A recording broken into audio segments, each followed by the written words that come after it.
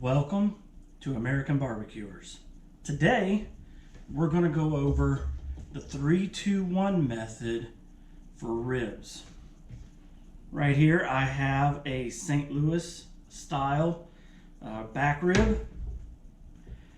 With this, you're going to want to check it. There's got a little slight trimming you can do on them usually.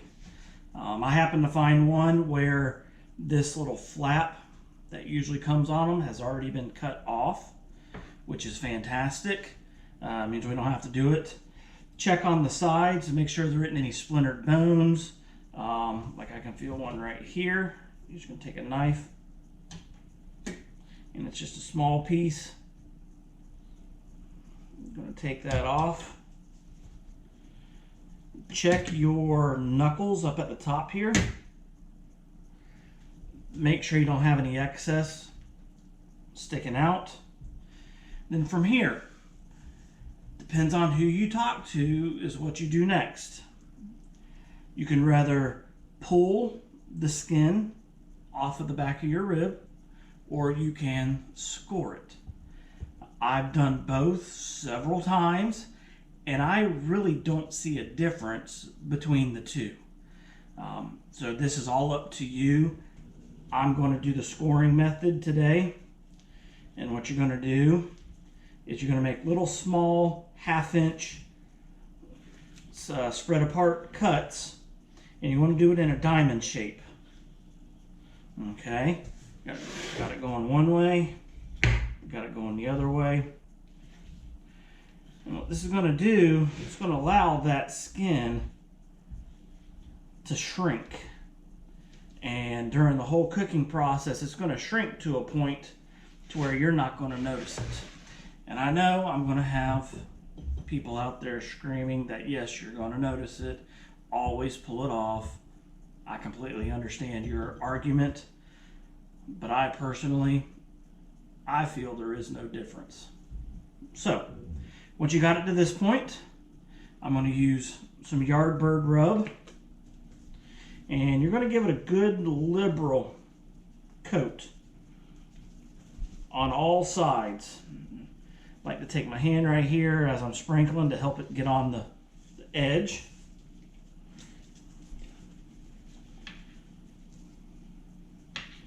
Same thing with the back right here. Got it good. Hold this up. Hold this side up. Flip it over, and the same thing for our top. Nice and liberal.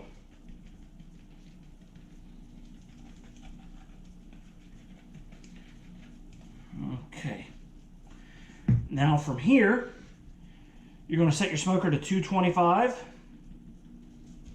and when it comes up to temp, we're going to throw on our ribs.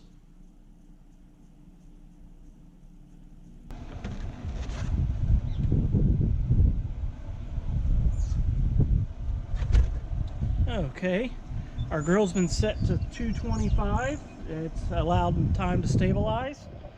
Here's our ribs. I've had about a good 30 minutes sitting with the rub on it. What we're going to do, we're going to work fast. Set our ribs on. And get the lid shut. Now, for the 3-2-1 method, you're going to want to allow for 7 hours of cooking and working with your ribs. I know you say 3-2-1, that equals 6 hours. Don't forget, after 3 hours of cooking at 225, you're going to pull them off, you're going to wrap them, bring them back on. You're going to cook another 2 hours, you're going to pull them back off, you're going to sauce them, and then you're going back on for an hour. Those in-between times are going to vary about 10 to 15 minutes depending on how quickly you work when you pull the ribs off. Plus, at the very end, you're going to want to allow at least ½ an hour of resting on your ribs. That way all the juices can settle back down. That way when you cut in your rib, it looks nice and juicy and it stays nice and juicy. People who cut their ribs too soon It looks juicy as soon as you cut it, but you let that cut rib sit for about 5 minutes and you can tell the edges are extremely dry. That's because they cut it too soon and didn't allow it to rest. So we're at 10 o'clock this morning. We got our ribs on. We're gonna go for 3 hours. And when we come back, I'll show you how we wrap them.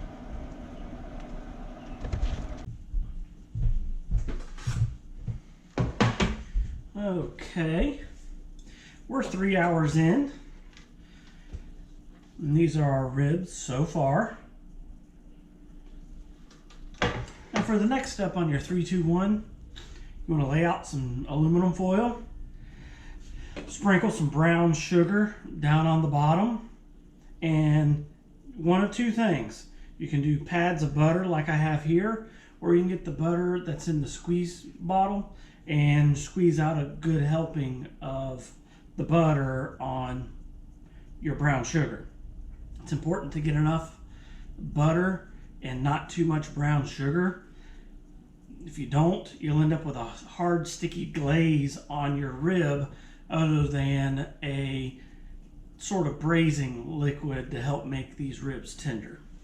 So what you do, you take your rib, you do your top of the rib down, and you can see here where my scoring, this skin is starting to shrink. That's exactly what we want to see. You want to fold up, and you want to get these wrapped as tight as you can without poking a hole in your foil. Go over on the sides like this. Okay. Now here we're going to go back on the grill for 2 more hours.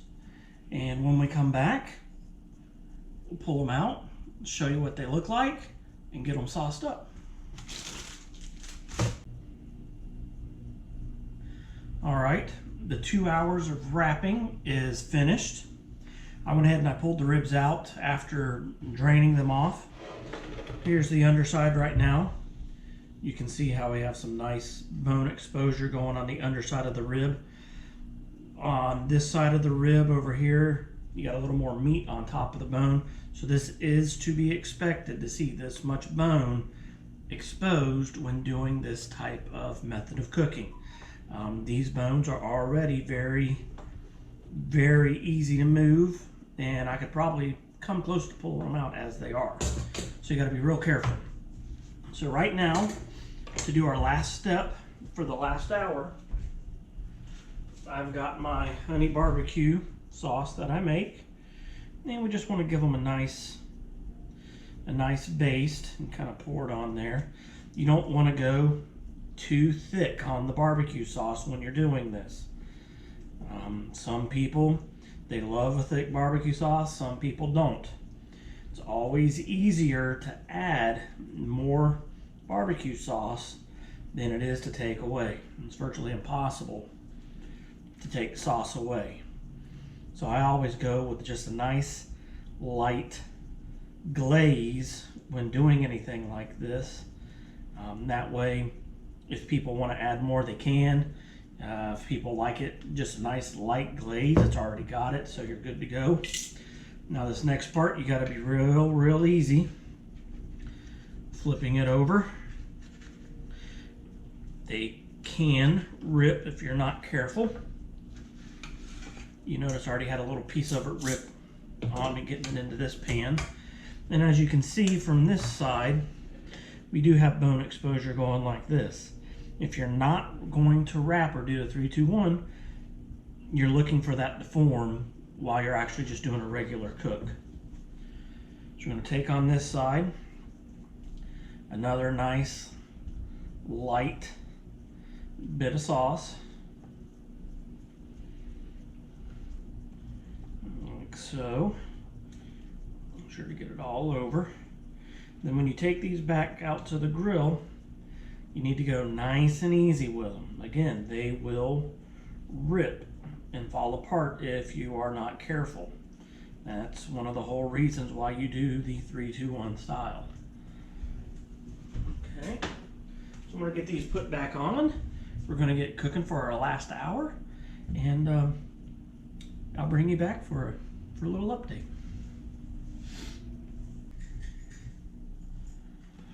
Okay, our final hour is done. Right here are the ribs, nice and glazed. We've got good bone exposure going on right here. Now from here, I'm just going to take and we're going to cover them. And you're going to cover them for a good half hour. This is a smaller cut of meat, so they really don't need a whole lot of resting time. So about a half hour, we'll come back and I'm going to start slicing up our ribs. Okay, it's been about a half hour for resting. I'm going to take our foil off. Nice rested ribs. And being we're doing the 3-2-1 method, grab that bone. See how easily it pulls out? That's what you're looking for when you do this method. Now, give it a nice slice. If you have to, feel free to flip your rack over to help you locate the bones, because once you get more towards this end, the bones go from straight and they start curling themselves to the side. Nice center one here. Okay. That meat is just coming right off.